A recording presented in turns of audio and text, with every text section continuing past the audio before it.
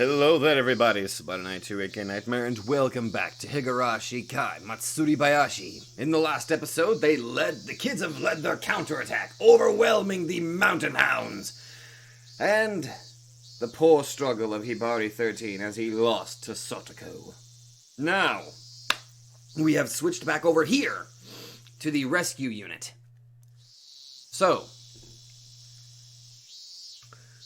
Satoshi is alive. Apparently. Unless Iri lied to her, but I'm not sure he's lying. I'm still kind of coming to grips with that, believe it or not. This whole time, I wanted to know how he died. I haven't really got anything. And I just kind of, I'm just gonna go forward now. The 4 rescue unit members, led by Iri, are hiding in a bush next to the clinic. Let's go. The security camera on this side of the clinic is broken, so it's safe. You want to attack from this side? Are you sure? Our enemy is completely dependent on their security system, so it should be okay. Okay, let's go.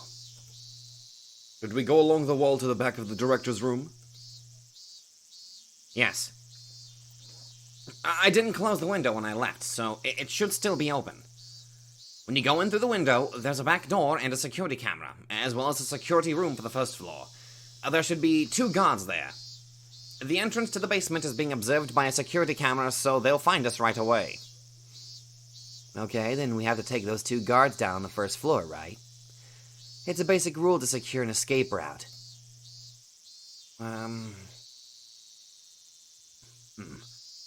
We'll go in through the director's room and then to the security room on the first floor. They move forward, walking against the wall so they'll be in the blind spot of the security cameras. Then they reach the window of the director's room. If the village kids saw them now, they would probably think they were playing, pretending to be spies. Probably. Iri is glad today is Sunday, and that the clinic is closed. Iri peeks into the room. It's exactly the same as how he left it. The window is open, too. The 4 of them sneak into the room. AKASAAKAAAAA puts his ear against the door to the hallway. Then he signals the others that there is nobody on the other side of the door. Since the clinic is closed, the mountain hounds are the only people present. It is a good thing today is Sunday. Too bad it's Sunday. That building, that clinic, would have been full tomorrow. The clinic is very quiet. For those who grew up with the ocean dub, you know why I said that. The chorus of the cicadas is the only thing that can be heard. There is a clock on the director's desk. It's almost 11:30 a.m. Shion is surprised that she is actually getting hungry, even in this situation. Kasai and AKASAAKAAAA check their weapons. Iri brings out a book of blueprints from a locked bookcase. The title says, The Construction Plan for the Iri Clinic. Alright, this is the director's room. This is the security room for the first floor. It's right next to the director's room. These red marks are the security cameras. The security room on the first floor shouldn't be a problem at all, but the basement will be difficult. This is the underground research section. This is the entrance. It appears as a stairwell to the second floor for the workers on the blueprint, but there's actually an entrance to the basement hidden there. And this is the staircase to the basement.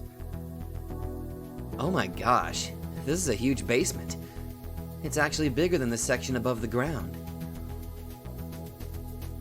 That proves the basement is the real identity of the clinic. And this is the door that requires the manager's security access card to open, huh? Is it possible for them to block your security access card? Is there a way to break through the gate just in case we can't use your card? It's a strong door. When we have to destroy all the evidence, we are supposed to shut down the door and pour water into the room. Oh, shut the door down, sorry. So it is an airproof door, huh? If it can endure the pressure from the water that fills this room, it must be strong. That means there's no other way to go in other than by using the security access card, huh? It's possible to block individual cards, but Takano-san and my security access cards are special ones for commissioned officers. Those special cards require an 8-digit password that was sent by the owner of the card, so in practice, they can't block my card. In other words, they don't expect commissioned officers to use them with ill intent, right? But if that doesn't work, we'll have the guards in the security room on the first floor open it. Their cards should work fine. I don't think they'll let us use their cards, though. If they don't want to help, all we need is a card and a finger, right? Oh, I like... I like the way you think, Shion. I'd rather not do that. I just hope my card works. Oh, you're such a spoil sport. Where's the security room for the basement? I'm just guessing who's talking here, okay? It's located right next to the door. This room has air conditioning and a TV, so basically, this is where all the security guards gather. After we take down 2 guards on the first floor, there should be 6 left. 6 guards, huh? We have to get them all at once. Unless we do, they'll set off an alarm. Is there a way to cut the wires for the alarm? I'm not sure where, but they must have reserve power and reserve wiring. Then that's a no-go. It's more realistic to suppress the security room. Are the security guards armed? Well, the guards on the first floor aren't armed, but I've heard there are guns in the security room just in case. All the security guards in the basement have guns, though. I think there are more powerful guns in the security room, too. Since those guns are for indoor use, I bet they are machine guns of a lower caliber. They don't have accuracy when used in long range, but they are extremely powerful and dangerous when used in close quarters. They used an MP5 earlier. It's not good if they have several of those. But if we can suppress them, the basement is ours. Wait. Oh. The basement is ours. Manager, where is Satoshi-kun? I'd rather not move him, but we can't leave him in the enemy's hands. Let's move him somewhere safe. I need to be with him, too. Which room is Satoshi-kun in? He's in a confinement room down here. This has been his room since last year. Satoshi-kun. Shion's eyes show her determination. Well, yeah, her... You know... God damn. The security guards who came after Irie are in the security room on the first floor. They resume their game of poker. They know the Mountain Hounds are hunting the mountain, and they are aware that the continuation of the institution is in danger. But their job is to stay in this room. And they are working hard at playing poker. It's very serious business. But of course, they aren't really concentrating on the game. They're still talking excitedly about the recent chase of Irie, and they're both talking proudly about what they've done. They were ordered to shoot at the tire, but they wish they'd been ordered to shoot at Irie himself. They are sure they would have caught him then. They talk and laugh. This is a perfect example of how people let their guards down when their attention is interrupted. That's why it only takes 2 seconds to suppress them.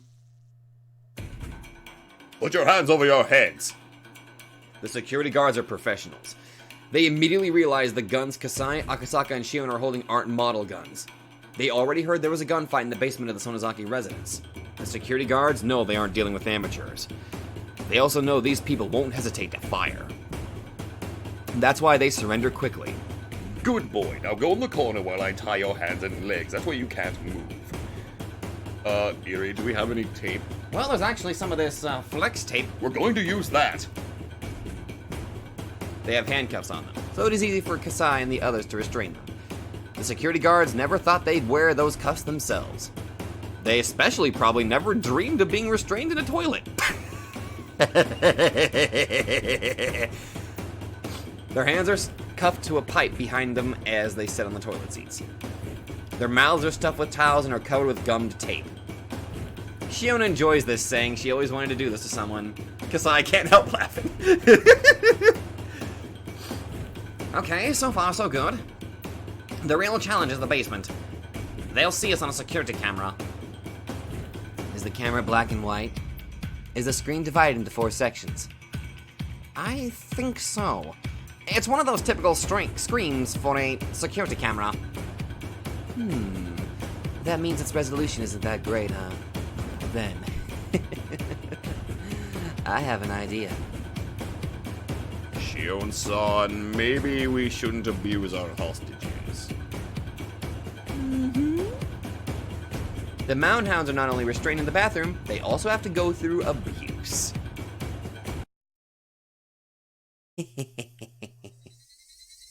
Radio calls continue to come in from the Mountain Hounds who are battling on the mountain. The security guards listen in on a speaker. From what they can hear, it's obvious that the Mountain Hounds aren't doing well at all. They keep falling into traps and they are suffering heavy losses which they never expected. It is obvious that the Mountain Hounds are trapped, but they even start to think that they're being lured into something bigger than a simple military maneuver. The Mountain Hounds made a mistake. They assumed the club members went to the mountains to escape from Hinamizawa, but they were wrong. They were simply being lured into their enemy's carefully prepared territory. The panicked members' voices, as well as Takano's yelling, and Okanogi's scolding, can be heard through the speaker. It sure sounds like it's a war zone. Psst. Otori 1 to Otori. Break time is over. We're moving in. We'll take over Shirasagi's positions. Our situation is fatal, but the enemy has retreated, and we almost have them surrounded. We're almost there. We use Otori to overpower them. The Major will take command. I'm going in too. We'll finish them off. Hey, the commander is going in too. Otori is also going up. It'll be a total war. I can't believe this. Have most of our units been defeated? Who are we up against anyway? What kind of special unit are they? The security guards feel joy and sorrow as they listen to the battle situation on the radio. Oh! A cue chime rings suddenly. That's a warning chime that rings automatically when someone comes through the entrance to the basement. When the chime rings, they're supposed to check the screen to see who's coming through. The member who looks at the screen needs a moment to comprehend what he's seeing. Hey! It's Director Eri! What? They see the 2 security guards on the first floor restraining Eri and a girl. Oh. This is Director Eri, right? What's going on? I get it. The unit who are fighting against the Mountain Hounds are a diversion. Those 2 are here to rescue Tomotage. Call the Major and let her know we have Director Eri. A buzzer sounds, and a computer panel shows information about a password. Commissioned Officer Pass ID number 1, Special Fast Class Lieutenant Colonel Eri Kyosuke, Director, Password, Match. Fingerprint confirmation. Match. This is strange. The security guards brought Eri down here. That makes sense. But why are they using the Director's security access card?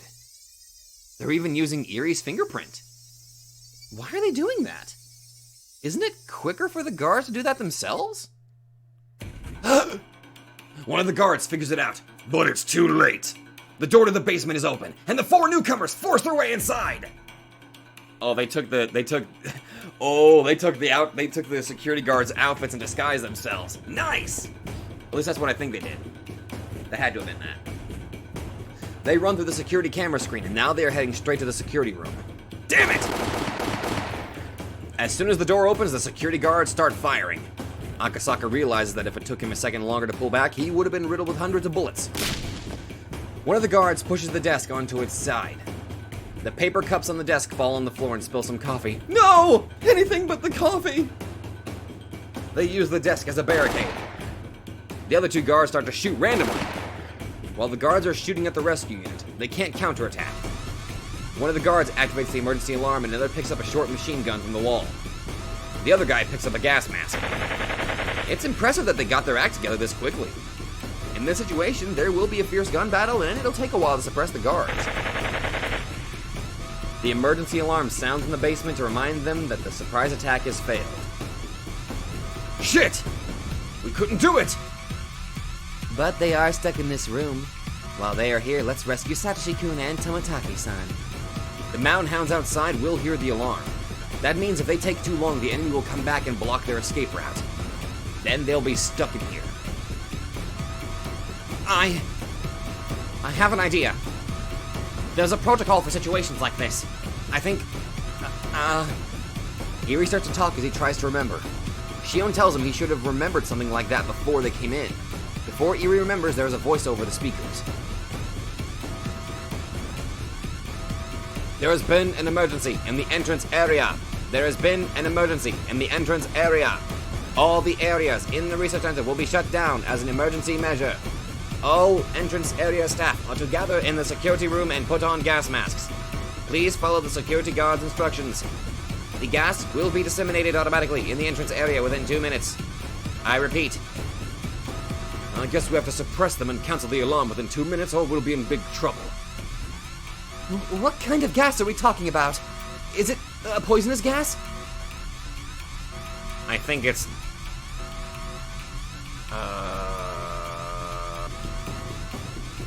I think it's diphenylcyanuracil. I think it's dippy. If you inhale a lot of it, it's dangerous, but it's not deadly. It only takes a few seconds to take effect. There are many symptoms, but the most popular one is to sneeze for about 30 minutes. What? Isn't that also called Red Agent? The military used to use it to secure enemies' territories. Red Agent? They either have to run out of here immediately or take over the security room. But since this area is already closed, they can't escape. But there are armed guards in the security room, and if the rescue unit members even peek around the corner, they'll be shot at mercilessly. Shit! We can't aim and shoot in this situation. When fighting indoors, you need grenades. Damn it, we don't have any. If we rush in, we'll be shot at. What can we do? Satoshi-kun isn't within my reach. Damn it. Shion pushes the gun against her forehead. As Kasai analyzes the situation, he stands up and speaks. Everyone, let me handle this.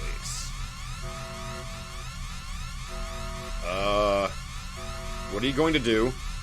The guards in the security room are on guard, too. Once the gas is on, everything will come to an end, but the guards know their enemy won't just sit and wait until that time comes. They will come rushing in regardless of the counterattack. And although they still have the upper hand, there will be a point-blank battle. They won't come off without damage either. Therefore, as the deadline approaches, the tension level increases. The guards never even thought that the door they opened would be shut again. They fire at the door, leaving many small holes in it. Then things go quiet. What are they thinking? There is nowhere to hide. The gas is about to be released. Why did they close the door? What was it for? That's when a loud explosion makes a hole in the door the size of a fist. Not only the door, the wall in the security room has the same hole. Is it a magnum? No, that's a slug! There is a calm voice coming from the other side of the door. Good answer. This weapon isn't meant to be fired at a person. You know how powerful it is, right? Shit! The power of a slug bullet is limited to point-blank battle, but it is extremely powerful. It uses a shotgun, but it doesn't use a canister. It uses the shotgun, but it only fires one powerful bullet. That's the slug bullet. It's usually used for hunting. It's used to shoot at animals, not humans. If it was to be used on a human, their arms and legs would be shattered and nothing would be left of the head. It shouldn't be called a bullet. It should be called a cannon. It will easily pierce through the door, the desk they are using as a barricade, and any guards hiding behind the desk before slamming into the wall. The guards understand very well how powerful it is. The kind of guns they have shoot out many small bullets, therefore they won't work as well through the door. But their enemies don't care about the door. Their weapon can easily pierce through anything. Hiding behind this desk doesn't mean a thing. You understand how powerful my weapon is, correct? If you don't want to die, please turn the alarm off. Calm down. The gas will be released soon. We have to hang in there just for a few more seconds. Don't you realize your guts will be all scattered on the floor before that happens? Kasai's voice is extremely intimidating. Only one who truly understands the power of the shotgun can talk that way. We don't have time. We don't have time. I'll give you 5 seconds. If the alarm isn't turned off in 5 seconds, I want you to be prepared. Hey, what do we do? There are about 60 seconds left before the gas comes out. Calm down. He's nervous too. Don't let him take control. That's when they hear a very low voice. Hey, I've been nice to you. Didn't you hear what I just said? It must be coming from the same person. But he has changed so much so quickly. Kasai Tatsuyoshi is giving you a chance to live. Aren't you a bit grateful for that? Wait. Aren't you a bit grateful for that? Damn it. You don't think I'm serious, do ya? Huh? Answer me, damn you! A roar and explosion at the same time. The upper half of the door disappears. Oh my god! Numerous lead balls bounce around the room, breaking the lights and ricocheting off the walls. Shattered glass falls onto the floor. The shotgun has turned this room into hell. The hurricane of lead pills blows violently in the room as it shatters, scatters, and destroys everything. The guards can only cover their heads and pray. They pray the lead balls won't hit them and endure the falling glass. Before they have a chance to recover, Kasai jumps in through what's left of the door and kicks the desk. He steps onto one guard's head and yells at the others. Alright, who wants to be minced first, huh? Is it you? What happened to your arrogance from earlier, huh? No. I give up. Don't shoot. Don't you waste my time, shithead! Do you want to die? I have dealt with far more dead people than you have. Sorry, don't kill me. They drop their guns voluntarily and get on the floor with their hands on their heads. Even Shion can't believe what just happened. Fuck, I'm just enjoying every minute of it here, okay? There were many armed guards. Kasai had a weapon too, but it was his presence that defeated them. Even the Mountain Hounds can't equal what Kasai had to go through in the past. What the heck are you taking a nap for? Do you want to inhale the gas? It can easily rip your masks off, you know. Turn the fucking alarm off, now! Okay, I'll turn it off. Don't shoot. One of the guards gets up in a hurry and turns the alarm off. Kasai was behaving calmly, but there were only a few seconds left before the gas was released.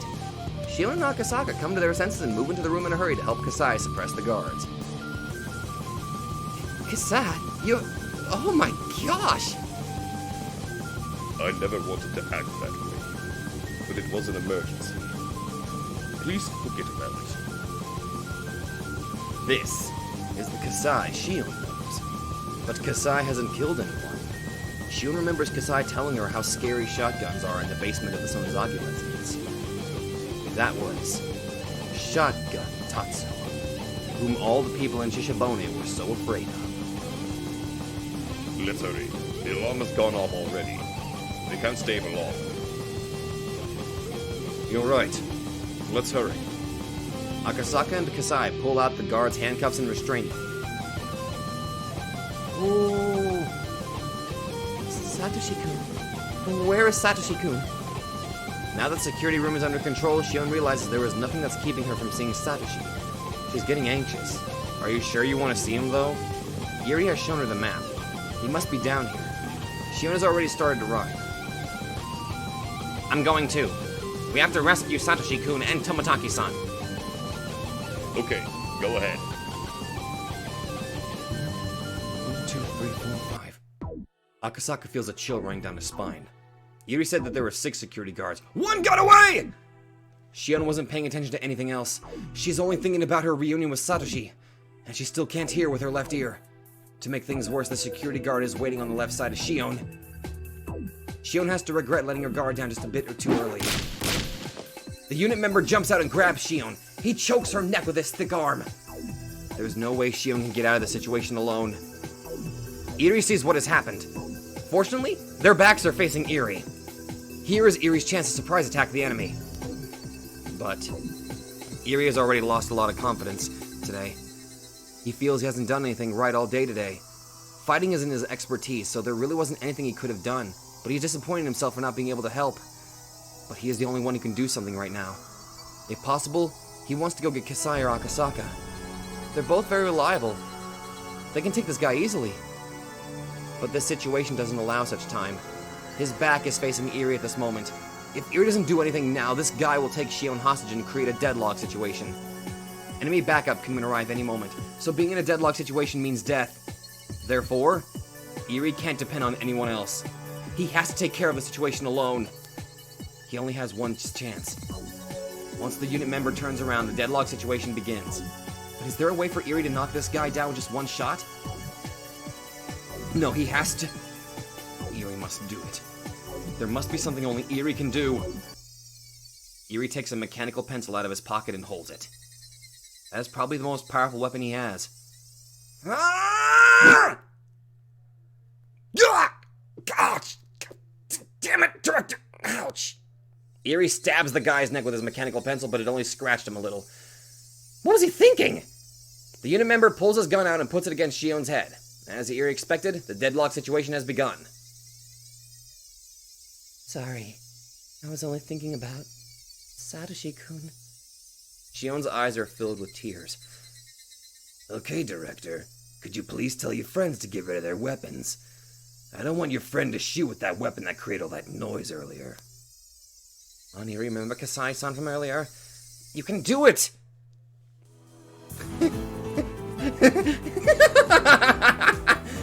Don't make me laugh. Do you really think you can deal with me? Here, in this basement at the Eri Institution? What?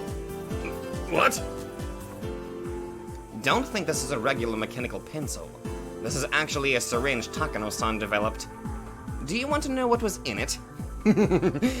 Do I need to explain? What? If a regular person said that, it wouldn't have worked. But Eri is wearing a white gown, and this basement is his territory. What he said sure is believable! The guy wants to believe Eri is lying, but he starts to feel an itch on the back of his neck. H178 is a drug Takano-san created. It's the masterpiece of the number 170 series. There is no cure. In symptoms such as confusion, delusion, headaches, a runny nose, a stuffy nose, constipation, and many others will start within a few minutes. In the end, you'll scratch your butt so hard you'll bleed to death. The only cure is to take the antidote within 1 minute. That's a lie! 30 seconds have passed. It's going through your heart by now, and soon it'll be everywhere in your body. Don't your lymph nodes itch yet? Do you snore or fart when you sleep? Shion can only watch this pathetic act quietly. But for this guy, who works at this suspicious research center, what Eri is saying is totally believable. Shit, oh, okay, I give up. Hurry up and give me the shot. Is that the correct way to ask someone to do something for you? Okay. I give up, sir. But please, give me the shot. No, that's not good enough. That's not how you talk to your master. I'll tell you one more time. Are you ready? I have to inject your butt. Get on your hands and knees with your pants down. When you do that, stick your butt up by putting your shoulders on the floor. Bite your right thumbnail and turn around. There you go. Shake your butt and beg me to give you the antidote. What? You can't do that? That's sad. Ever since ancient times, maids vowed their complete loyalty to their masters. Their selfless devotion has created the virtues and the culture we enjoy today. But look at what is happening in Japan nowadays. Young people don't even know about the loyalty of maids. They tan their skin, they wear loose socks, and flashy Hawaiian fashion. What happened to Japanese women of the good old days? Do not tan your skin, take care of it! Socks must be knee-high, of course, but garter belts are wonderful too, but once in a while, high socks are okay too. That's how they nurture the hearts of maids. Come to think of it, Japan has forgotten about its humbleness in maids. The low birth rate in the aged society are a result of that. The number of middle-aged people increases, and it's a matter of time before they will be the main target of Maui media. There are a few porn video themes on middle-aged women now, but soon there will be plenty. Middle-aged women and maids are just like detergents for toilets. They are dangerous to mix. Once they are middle-aged, they are no longer maids. They become housekeepers. That would be the extinction of maids. When that time comes, the moon will shatter and the asteroid belt will cover the Earth. That is the prophesied Judgment Day. When the great maid headbands cover the entire world, the true king of maids revives. Listen carefully. You stand before the king of maids. Kneel. Take back the stone from that kid. Here are the magic words. Right, Latabali to maid! Ah! Maiden heaven! Are you okay, Shion-chan? Yes, thank you. Manager? Akasaka-san and Kasai are here. They got him. What? But I'm not finished teaching them about maids yet. You can continue later, Doctor. That was beautiful. For all the wrong reasons. Yay! The power of maids compels him. And he's...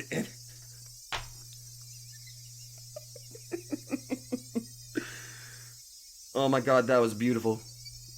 That was legitimately beautiful. Satoshi-kun. There really is nobody to stop her now.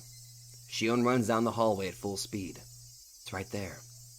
There's a huge window in front of Shion that allows her to look inside. Shion throws herself at the window. Satoshi is there, lying on the bed. He's sleeping with an IV connected to his arm. There are some wires attached to his forehead and chest to observe his brainwaves. The unit proves he is still alive. But he may be sleeping deeply. His face is pale, and he looks like there is no life. He is alive, right? Satoshi-kun is alive, isn't he? Calm down. Dr. Irie, hurry! Irie brings in a stretcher to carry Satoshi. Kasai opens it up. Hurry, put Satoshi-kun on it! Shion-san, before we take him out of here, there is one thing I want you to promise. Irie gives Shion a condition. Shion angrily thinks, what is he saying now? I'm going to move him to the stretcher, but don't try to wake him up. Do you understand? I want you to promise me. Why? Why can't I wake him up? That's the first thing Shion wanted to do. She wanted to tell him personally that he is free. Now Irie tells her that she can't do that. I know it's hard. I'm going to tell you the truth quickly. Satoshi-kun suffered serious emotional damage on that day. Fortunately, he is alive, but he can't tell his friends from his enemies or truth from fiction. He's suffering from a serious delusion of persecution and fear. To escape from that, he would attack anyone. In fact, one of the clinic staff was seriously injured last year, so much that she had to go through reconstructive surgery. Holy shit! It's basically those... It's kind of like what happened to Satoko, where she saw Tepai everywhere. But it's significantly worse. Jesus! He would even attack you. Shion finally realizes. Satoshi has a blanket over him, but there are two belts that are restraining him to the bed. His arms are tied down to the bed with leather straps. The belts have some marks. But is he going to get better? It is such a cruel silence.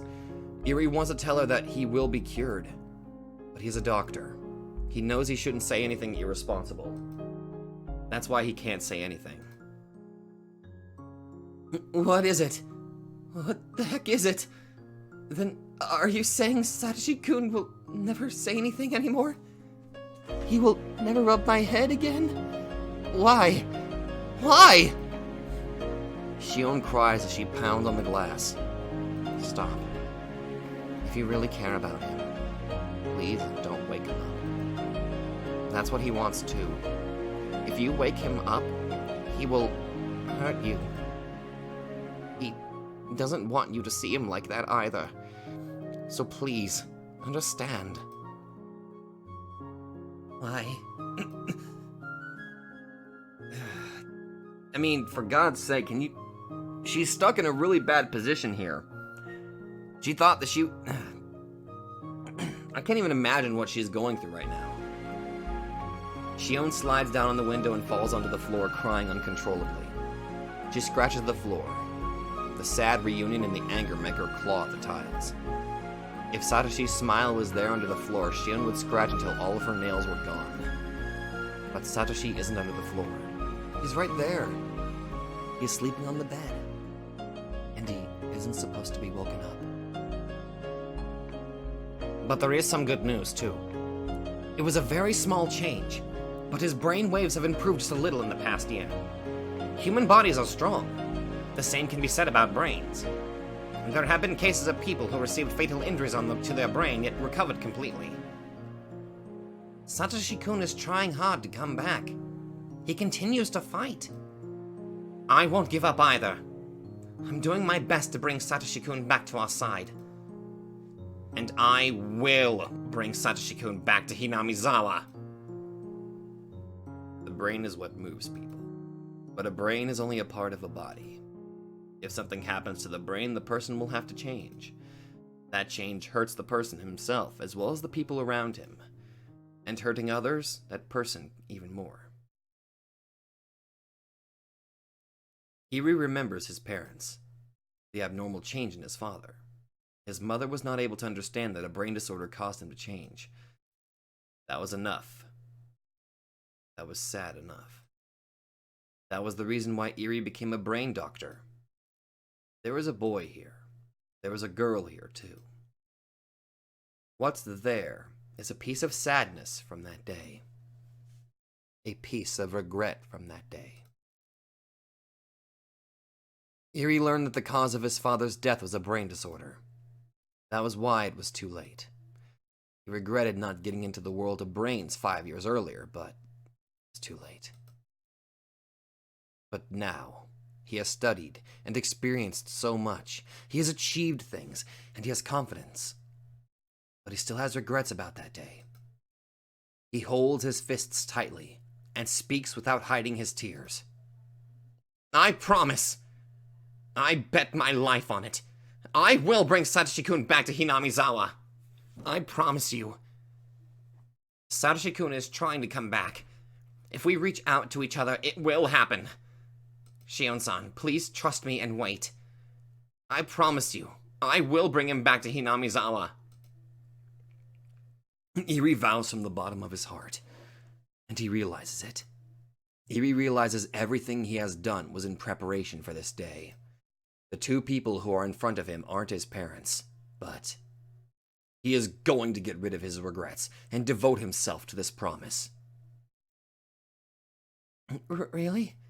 Are you sure? Is Satoshi-kun coming back? Really? Yes, he is. I bet my life on it.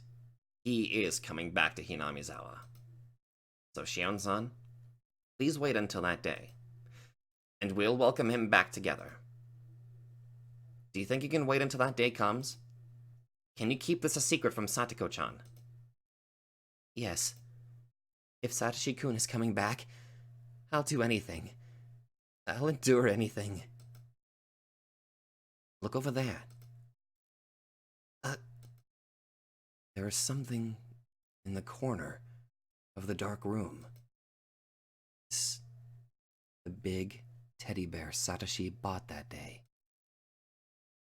He worked so hard and saved money to buy that for Satoko-chan's birthday. Can you imagine Satoshi-kun leaving without giving it to Satoko-chan? No, you can't, can you?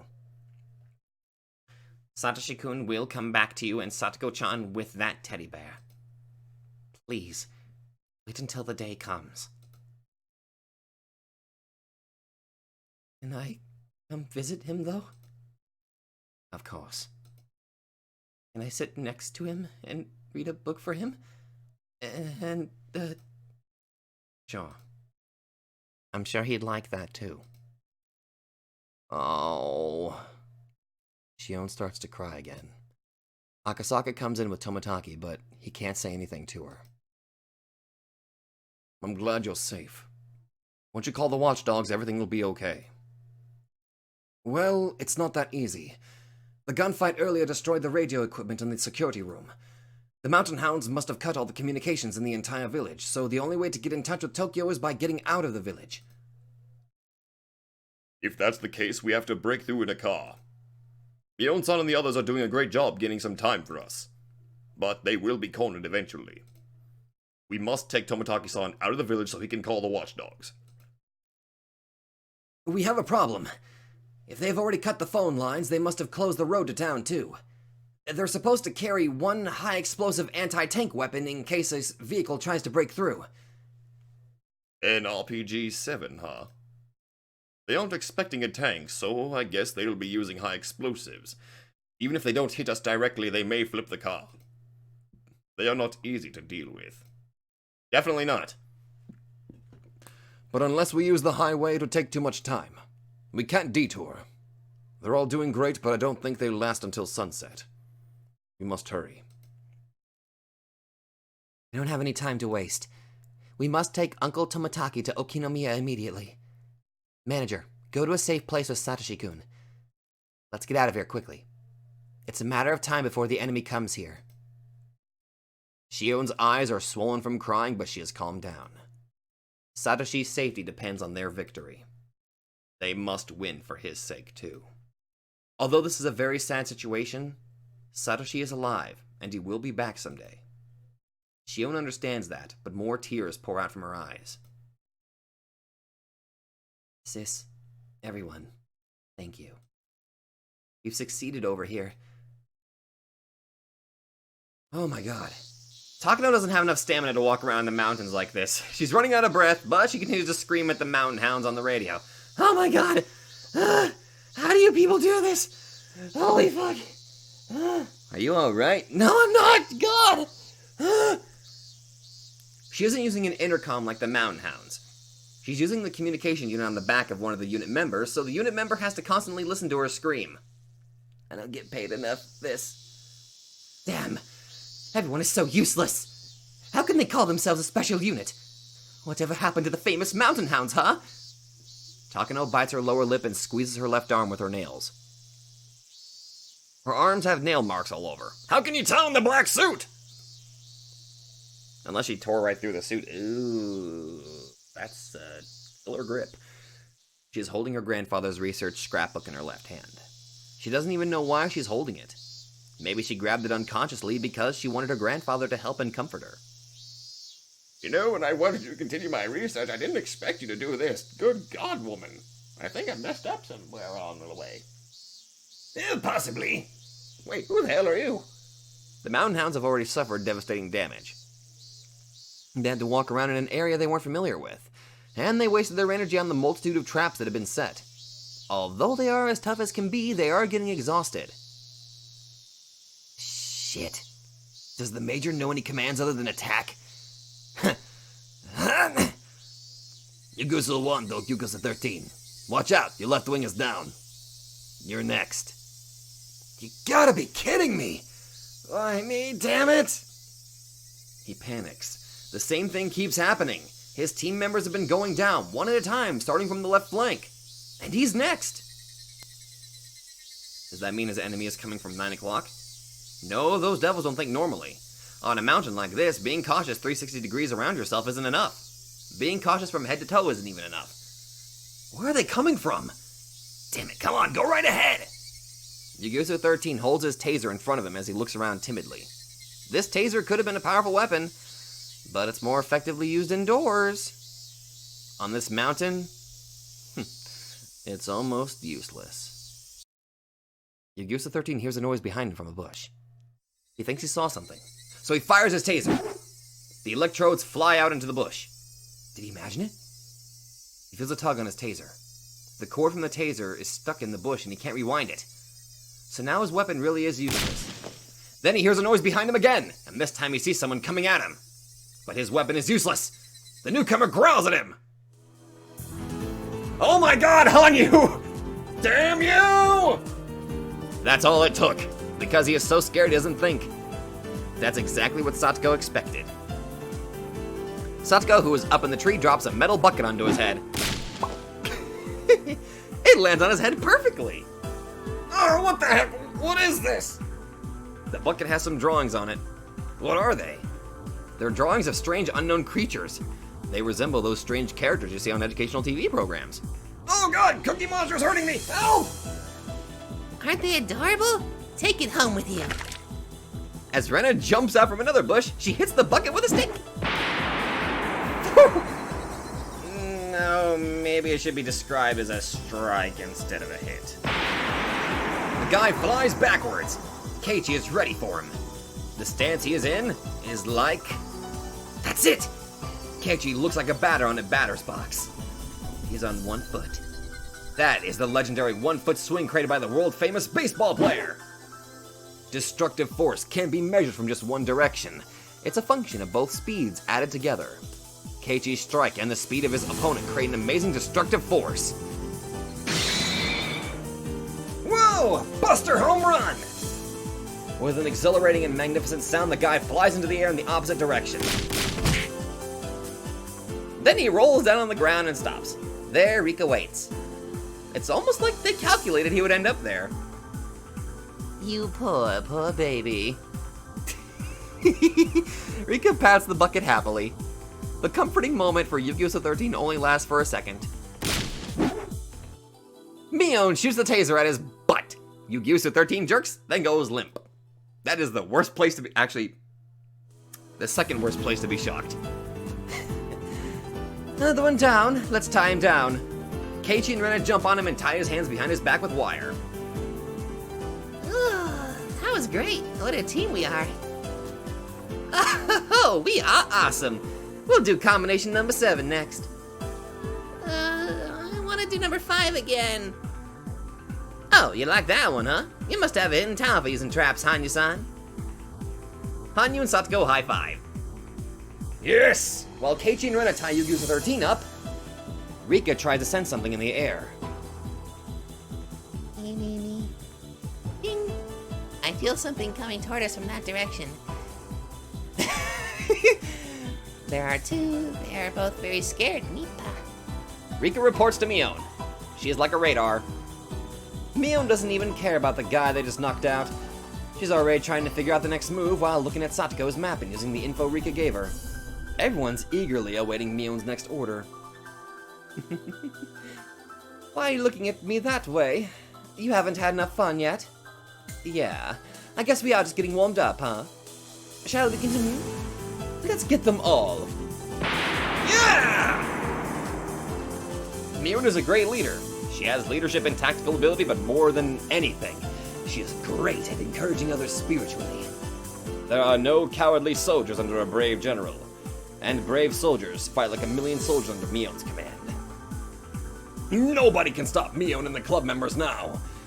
The original plans of both Mion and Okanogi are useless now. Okanogi thinks. Before he started to fight, he compared one of them to one platoon, but that was wrong. They equal one elite armored division. Ground troops can't win against an armored division. What Okanogi has is just a company. Where's the air support, or an bombardment from a warship, or an artillery base? Okanogi needs someone to use field guns to put his mountain full of bullet holes. If he can't have that, he needs a submarine to fire a nuclear weapon. If he can't have that, he wants to retreat. Okanogi no longer doubts it. His enemy's commander is a genius. You got outfoxed, bitch! Under a famous commander, all soldiers become heroes. He wants to see the face of the commander, or at least he wants to know their name.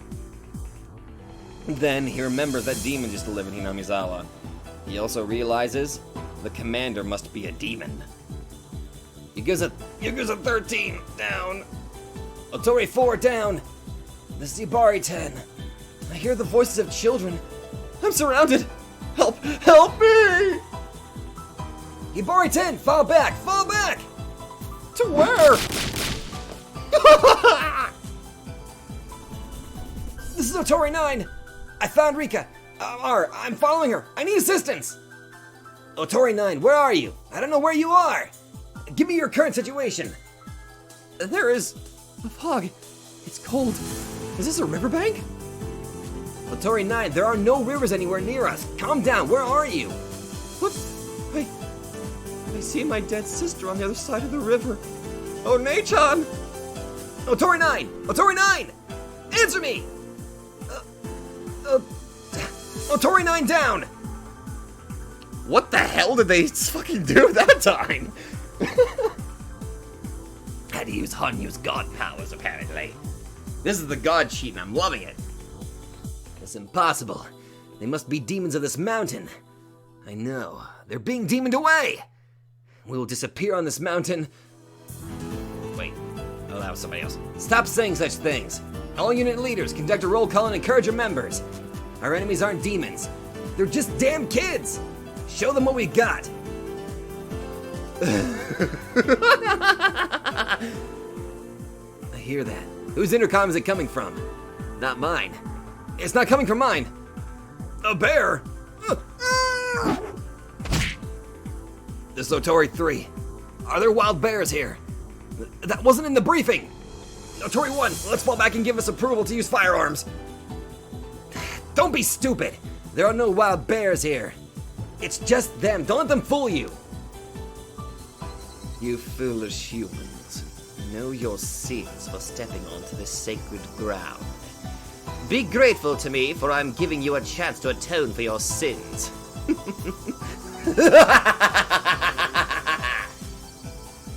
Damn it. She has one of our intercoms. Don't let the enemy fool you. You fearless humans. If you can only learn by making mistakes, then I shall teach you.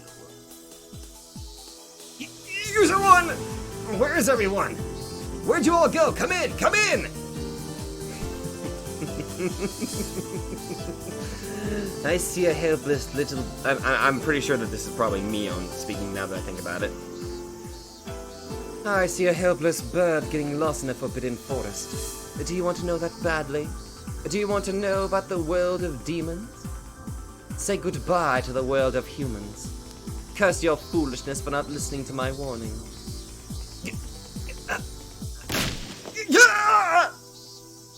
Who was that? Yugusu, roll call!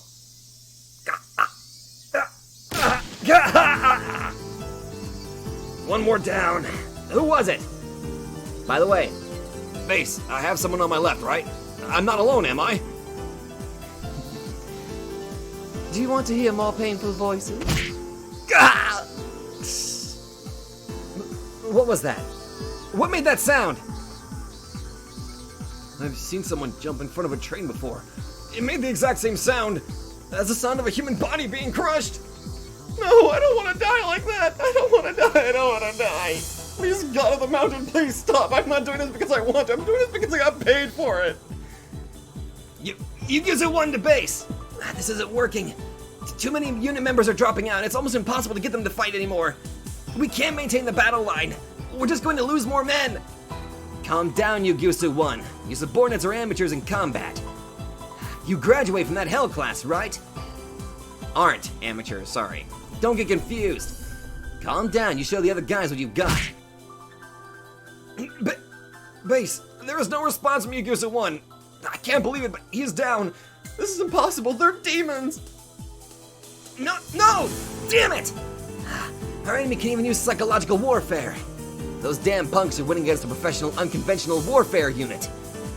Radios are usually helpful communication tools, but in this case, they backfired. The club members took an intercom from a unit member they knocked out and used it to corner the other unit members psychologically. It worked even more effectively because they are in enemy territory and are unfamiliar with the terrain. The best thing would be to make everyone stop using the intercom, but that would give the enemy more chances to attack individually. Okanogi is getting fearful of the club members, as he still hasn't grasped their true identities. However, Takano still doesn't recognize how serious the situation is. She keeps yelling at the Mountain Hounds to get their act together. Okanogi realizes she is exactly the type of commander who only commands to attack and lets her men die. But Takano's reckless attack order is working in a way. Although the club members are winning, their area of operation is getting smaller. The club members are trying to lure their enemies to one trap area after another. In other words, they are defeating the Mountain Hounds by letting them come into their territory. Mountain Hounds are about to be annihilated. But the club members' theater is getting smaller too. Okanogi realizes his enemies are trying to finish this battle in a hurry. If the Mountain Hounds fell back now, what they did until now would be wasted. He doesn't want to, but he has to follow the princess's order. He thinks he's about to get his enemies. Hanyu and Keiichi continue to act on the commandeered radio. Oh, that was great, Hanyu-chan. You sound like a real god. Okay, so it was Hanyu. It really was Hanyu, my bad. You really were awesome, Hanyu. A normal human couldn't have sounded like that. That's because she is a god. Nipa. But Keiichi was great too. He sounded like a chicken whose neck was getting twisted. Oh, that was easy for Keiichi-san, huh? He's also known as the magician of words in our club. As long as my opponent is a human and has ears, I can control him. You should become a voice actor. I bet you'd be famous. Nipa. Yeah, probably. Can you hear me? Wait, can you hear me? I'm Takano, Major Takano. I'm your boss's boss. Listen well, there is no demon or god. If there is, then fight it. Drag God from its position. Hibari and Yugusu, join together and reorganize your battle force. Otori, you join the rest of Shirasagi. The enemies are near the top of the mountain. Their base is probably somewhere by the storage shed for the Forest Service. They're at the top, so of course, they can see our moves. They will ambush you, even if you have to stab each other. Make sure you take them out. Major, let us arm ourselves. We need more than tasers. No way! We have finally surrounded them. If we fall back, they will escape. We almost have our hands around their necks. We just have to squeeze them. At the same time, Okinogi receives another radio call. Using this line means his caller doesn't want Takano to hear the conversation. Okinogi understands the meaning, so he walks away from Takano and answers quietly. Command vehicle to Otori 1. There's been an emergency. The research area of the clinic has been attacked. We received the intruder alarm from the entrance area, but it was turned off. But whoever turned it off didn't follow the false alarm procedure. We've been trying to confirm the situation, but there has been no response. All the security unit members in the basement have gone quiet.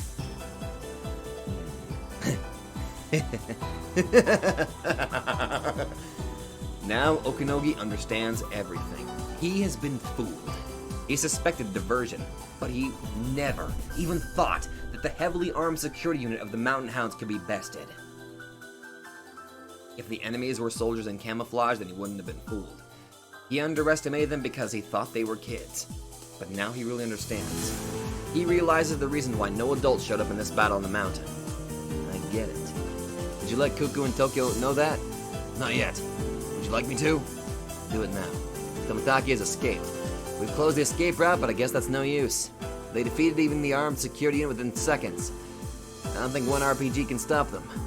Should we send reinforcements to the road closure? Fool, if we had any extra men, the princess would have already sent them in. Actually, you're the only one who isn't doing anything. Get in touch with the unit at the roadblock. Tell them to be prepared for a vehicle trying to break through the blockade. Roger. Uh-oh. Roger, we'll be ready. Everyone, listen up. I just found out that the clinic has been attacked and the hostage has escaped. The enemy is expected to break through the blockade. Get the RPG ready. We'll fire at them all at once. We have permission to shoot. One of the unit members nods and opens a narrow case in the truck of the van. There is a powerful anti-tank weapon, designated RPG-7 in the case. This is the weapon that changed the way recent wars were fought. This weapon can reach over 100 meters and it can destroy any tank that exists on this Earth. In other words, with this weapon, it is possible for one soldier to destroy a tank. This weapon, the RPG-7, could possibly change the face of war. Each of the other 4 members has an MP5, which was the weapon used to destroy the tire on Erie's car. There is no question this blockade is well armed. They wait in the van until the enemy vehicle shows up. Once they see a suspicious vehicle, they plan to move into the middle of the road and stop it. They want to fire it at the enemy vehicle at once to destroy it. They all watch out very carefully for suspicious vehicles coming from Hinamizawa. This is the only road that connects Hinamizawa and the town. It takes more than half a day to get to the town if they use a different route. And the road closure is at that point where the gravel road changes to a paved road. This is what people call the village border. And this is the last chance to stop anyone from leaving the village. Hinamizawa is higher than this point, so the vehicle will be coming downhill. They must be expecting a barricade as well as heavy resistance from the Mountain Hounds. If they wanted to pass this point, the only way would be to force their way through. They could start a gunfight, but that'll take too much time. Since they don't want to waste any time, they should avoid unnecessary conflict. Someone's stomach growls, but nobody makes fun of it. That's understandable. Since all the members are getting ready for a battle, nobody even wants to laugh. It's almost noon. It is lunchtime, after all. That's when they hear a noise coming from the direction of Hinamizawa. Obviously, the car is going fast. Here they come! The van moves to the middle of the road and stops. Some members hide behind the van, and some hide in bushes on the side of the road. They point their guns at the suspicious vehicle coming towards them. The car must be going very fast. But this is a straight... I know the plan! I think I know the plan. It's a decoy. They probably put a brick on the gas pedal, and they adjusted the wheel to where it would be perfectly straight. Although, that takes a shit ton of practice to probably get that done right. That's a dummy car. And as soon as they waste their ammunition on that, the real car will come speeding right by. That's what I think the plan is. But this is this detail here. This is a straight road. I have a very high feeling that this is probably my idea is probably going to work. No matter how fast it's going, it can't escape. It's Kasai's car. The shining black paint and the sound of the engine make it clear that it is a very nice car. Wait till the last possible second. We can only fire once. Make sure to get them with one shot. The RPG fires an unguided rocket. Therefore, hitting a target that's moving fast is extremely difficult. However, the opponent is straight ahead. If the car tries to swerve suddenly, it'll flip. If that's the case, it's not necessary to shoot directly at it. Besides, according to what Kasai says, its power can easily flip a car without a direct hit. Even if there's only one chance to fire, the Mountain Hounds are definitely in an advantageous position. Yamazaki-san, a suspicious van is blocking the road. Please stay low. Careful. I'm trying to hit the nose of the van. I know! I've done this before.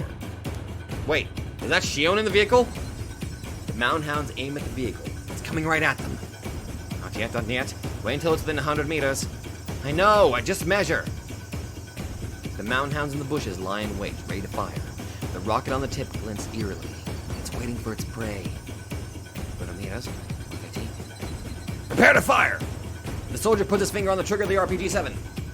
Ah! Akasaka-san, brace for impact. 100 meters. Fire! What happened? Didn't the RPG-7 fire? That's when the guy who was measuring the distance next to the shooter notices something.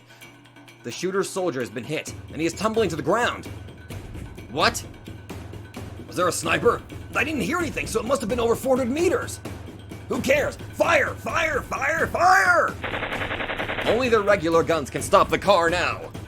The other Mountain Hounds fire all at once. But immediately they realize something. This car has been hit by a hail of bullets at close range. Any normal car would have been on fire by now. But there's nothing. This isn't a normal car. Of course.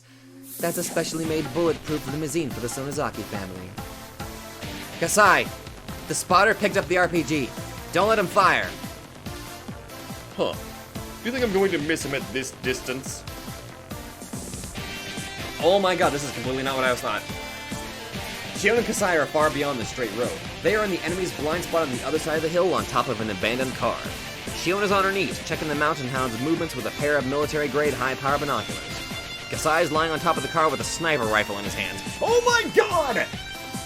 Shion figured this would be where the Mountain Hound would put their ambush, so the only way for them to beat the Mountain Hound was to snipe at them.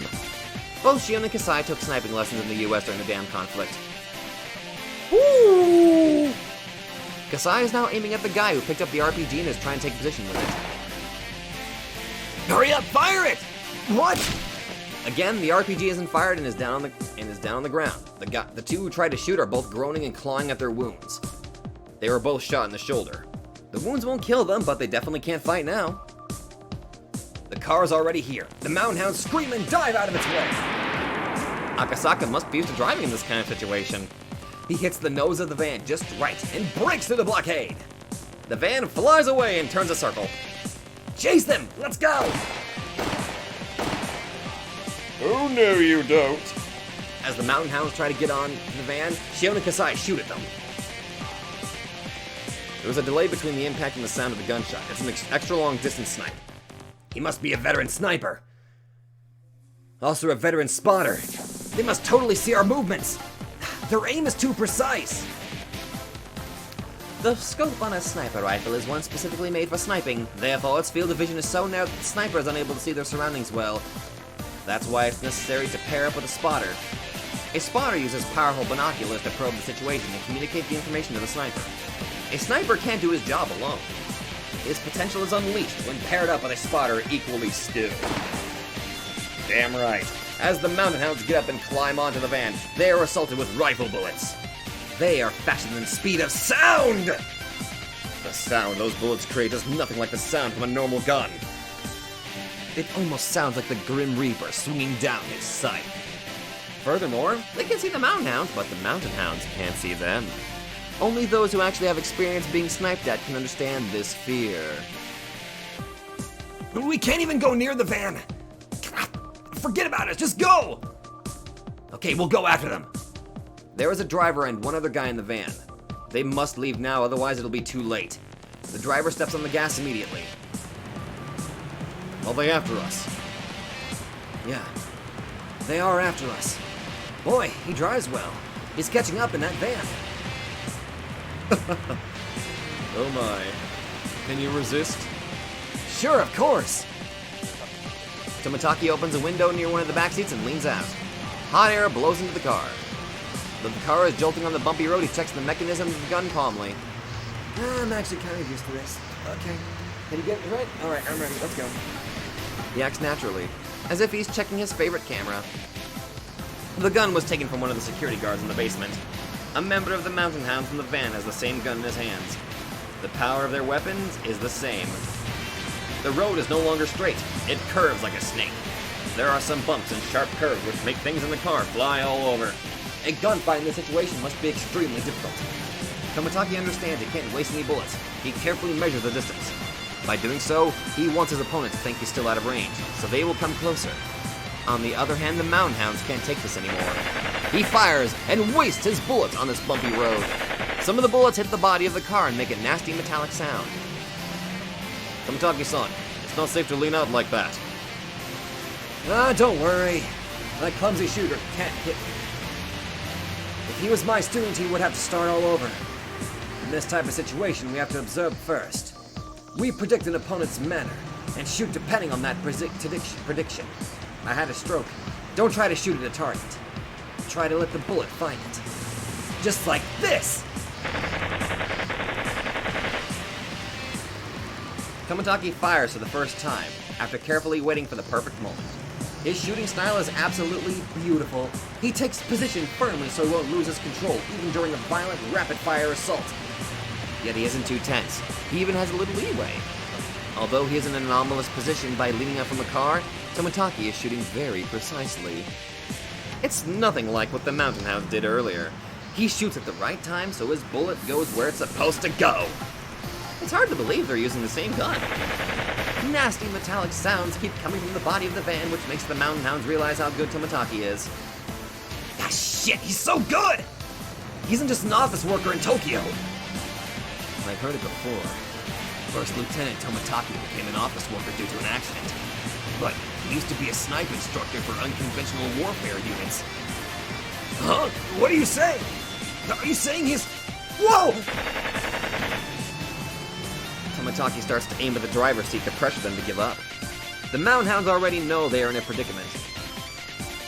Tomotaki is capable of hitting his targets easily even on this bad road. Furthermore, they are in a bulletproof limousine, while the mountain hounds are in a regular car. Besides, the van is facing the limousine as a pursuer. All the shots until now were just warning shots. Unless the mountain hounds quit, Tomotaki will start to shoot at them. There is no chance of winning. Otori 1 to pursuit vehicle. If the blockade was broken through, that's enough. Don't go too far. Tomotaki is an expert sniper. Don't waste your life. What do we do? Can we let them go? Roger, this is the pursuit vehicle. We're abandoning the pursuit. We're falling back. They finally gave up. They are slowing down. Whew. You never such a gunfight, you're so calm. I bet you've gone through quite a bit, huh? It's all thanks to training. Tomotaki is back in the car and raises his fist in victory. He is as easygoing as ever, even after a violent gunfight. Akasaka finally gets to know Tomotaki for the first time. They're like the besties of bros right now.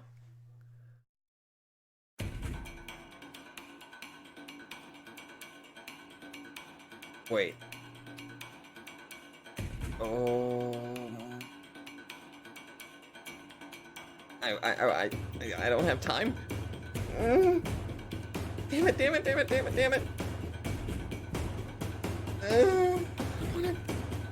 I don't have time to go anymore. Damn it. I am resisting to get...